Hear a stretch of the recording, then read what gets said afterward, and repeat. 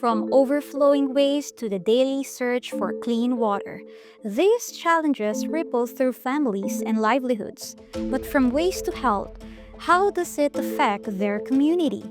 Join us here in Bandi sa Kiniyahan, Aminda News Podcast, where we talk with Dr. Andrew Mar de Vergara about the realities faced by the community in Tawi-Tawi and the vital role women play in sustaining family health and strengthening local economies.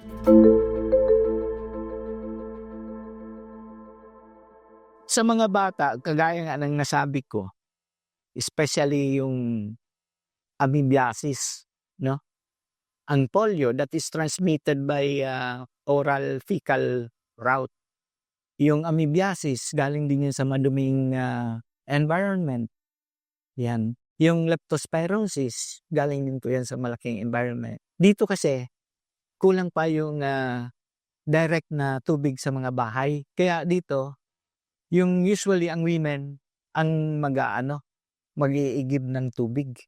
Ngayon kung masira po yung groundwater natin dito, mahirapan yung ating kababaihan na magkuha ng source of water, yung kanilang paglaba. So mas mahirap po yung pagluluto nila, mas mahihirapan sila. Kaya isa po yun sa mga project natin dito is to protect the source of water dito sa Tawi-Tawi. Wala po tayo dito ng malalaking river dito sa Bungaw, especially sa Bungaw. So, isa sa mga advocacies namin dito is to protect the groundwater. Hindi dapat pagtapunan ng basura kasi magsisip yun sa groundwater. Usually kasi ang in charge ng nutrition dito sa lugar na ito, it is handled by women. Yan. Ngayon, mahirapan talaga sila mag-source out ng water kung hindi natin pangalagaan yan. So women naman, pag pangit yung tubig, nasira ng pag-abuso natin sa kalikasan, baka magkasakit sila. Diarrhea, mga ganyan. So, sino mag-aalaga sa family? Parang domino effect yun. Kasi incidental lang yung lalaki dito eh. Ang main role sa family dito sa atin is nanay. Yeah. Yung mga kananayan yan, sila ang nag-provide ng pagkain. Isa yan ha. Pangalawa, pag nasira po natin ang environment, usually po ang mga kababaihan natin dito, sa example na lang sa seaweeds, sila ang nagpe-prepare ng mga seedlings. Sila ang nagtatali, ganyan. Kung minsan sila pa ang nagpapatuyo niyan. At yung income nila doon, yun ang ginagamit sa pagbili ng pagkain ng mga bata, pagpadala sa school, yung kanilang mga tuition fees, yung mga kailangan sa school. Sila ang in charge niyan. Ngayon kung masira yung livelihood ng women because nasira natin ang environment, paano na ang kanilang pamilya? That's how difficult it is for women if we abuse our environment.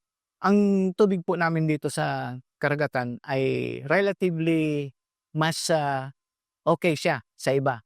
But gusto po namin na hindi lang ma-maintain yan, yung kagandahan ng aming karagatan, kundi dapat ma-improve pa. Kaya pinapaigting po ng aming local government unit na hindi dapat mapunta ang mga basura sa dagat. Lalong-lalo na itong mga plastic. Kasi mayroon ng mga cases po na mayroon tayong tinatawag na microplastics na galing sa dagat. Ayaw natin yan. Kasi alam natin yung plastics ay carcinogenic yan. Ang ugali nun is tapon anywhere, tapon everywhere, tapon anytime. So mayroon po yung, lalo na po dito sa Bungaw, there are designated places where you should throw your garbage. May nakasulat po yun doon at saka may mga schedule at saka may mga penalties din. Ganyan. Ang nangyayari, kahit na yun nandoon, may resistance pa rin. Ayan. So, nasanay na kasi sila na magtapon ng basura kahit saan. Kasi alam nila na during that time, masagana ang lugar, hindi pa nila naiisip na dahil sa ugali na yon ay baka yung kasaganaan natin ay mawawala. And ano pa kasi isa pa sa mga problema natin, Tawi-Tawi, sabi nga, yung sobrang katahimikan at sobrang mabilis ang economic development, mayroon tayong tinatawag na push and pull sa ekonomiya. Dahil sa peace and order natin dito, yung lugar na magugulo, kagaya dun sa mga karating na bayan, pupunta yan dito. So mabilis ang influx of population.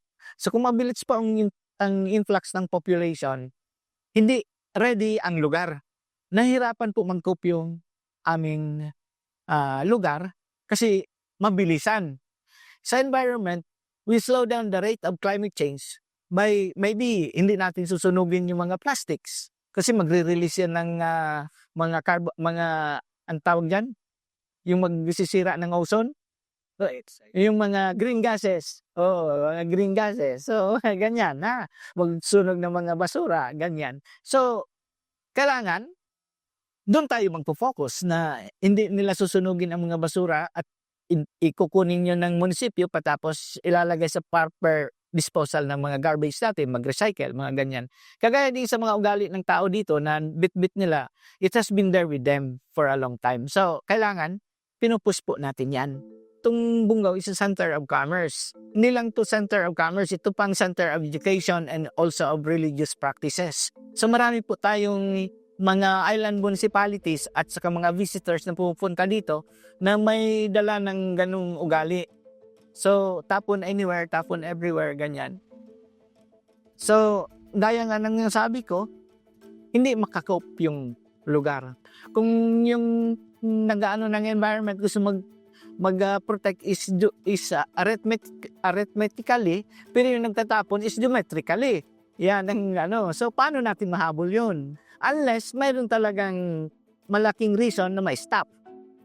Na ang problema dyan, ang possible na main reason na pwede mag-stop dyan is political will.